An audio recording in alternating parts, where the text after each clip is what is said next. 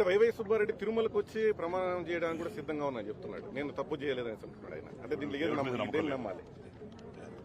ఇప్పుడు సిద్ధమా? నేను ఇక్కడనే ఉన్నా. రిపోర్ట్ క్లారిటీ ఇంకేం కావాలి ఆయనకి? అంటే ఆయనకి గ్రిప్ లేదా? ఈయోగా ఉన్నప్పుడు ఆయన తెలియదా ఏం జరిగిందో?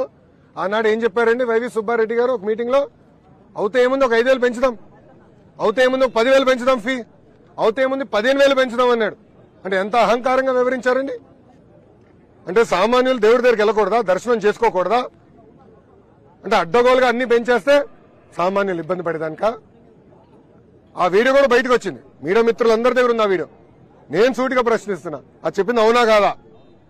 ఎస్, నేను తిరుపతిలో ఉన్నా, రండి, నేను ప్రమాణం చేశాను, నేను సిద్ధంగా ఉన్నా, దాంట్లో ఎలాంటి సందేహం లేదు.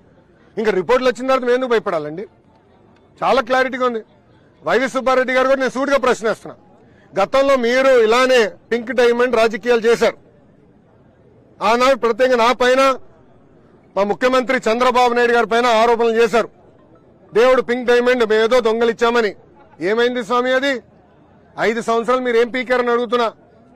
అంటే రాజకీయం చేస్తాం తప్ప పవిత్రత కాపాడుతాం మీకు తెలీదా అని సూటిగా వైవి సుబ్బారెడ్డిని నేను ఈరోజు ప్రశ్నిస్తున్నా. మీరు ఆధారాలు చూపిస్తుంటే భూమన కరుణాకర్ రెడ్డి మాత్రం చంద్రబాబు గారి మీద విమర్శలు చేస్తున్నారు. దాన్ని ఏ విధంగా చూడాలి?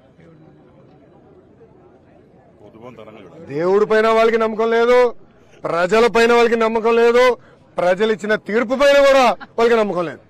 ఇంకేం చెప్పాలా? అంటే ఆధారాలు ఉన్నాయి, ల్యాబ్ రిపోర్ట్లు బయట పెట్టాం, ఇంకేం కావాలి వాళ్ళకి? ఇంకేం కావాలి?